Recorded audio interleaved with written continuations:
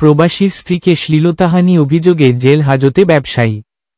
গোপালগঞ্জের কোটালীপাড়ায় প্রবাসীর স্ত্রীকে শ্লীলতাহানি অভিযোগে দায়েরকৃত মামলায় শহীদুল ইসলাম চৌধুরী ৩০ নামের এক মেটাল ও ওয়ার্কশপ ব্যবসায়ীকে গ্রেপ্তার করে জেল হাজতে পাঠিয়েছে পুলিশ। গতকাল শনিবার কোটালীপাড়া থানা পুলিশ শহীদুল ইসলামকে গ্রেপ্তার করে জেল হাজতে পাঠায়। মামলার তদন্তকারী কর্মকর্তা কোটালীপাড়া থানার এসআই মো. সেলিম মাহবুব বলেন, উপজেলার কুশলা গ্রামের এক প্রবাসী স্ত্রীকে প্রতিবেশী সাহা চৌধুরীর ছেলে শহীদুল চৌধুরী ও ইউসুফ আলী ফকিরের ছেলে শরীফুল ফকির ৩০ দীর্ঘদিন ধরে কুপ্রস্তাব দিয়ে আসছিল।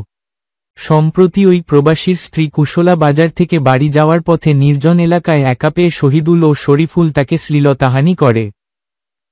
এ সময় ওই মহিলার চিৎকারে আশপাশের বাড়ির লোকজন ছুটে আসলে শরীফুল ও শহীদুল পালিয়ে যায়। এসআই সেলিম আরও বলেন, এই ঘটনায় গত ১১ই মার্চ ওই প্রবাসীর স্ত্রী বাদী হয়ে শহীদুল চৌধুরী ও শরীফুল ফকিরকে আসামি করে কোটালীপাড়া থানায় মামলা দায়ের করেন।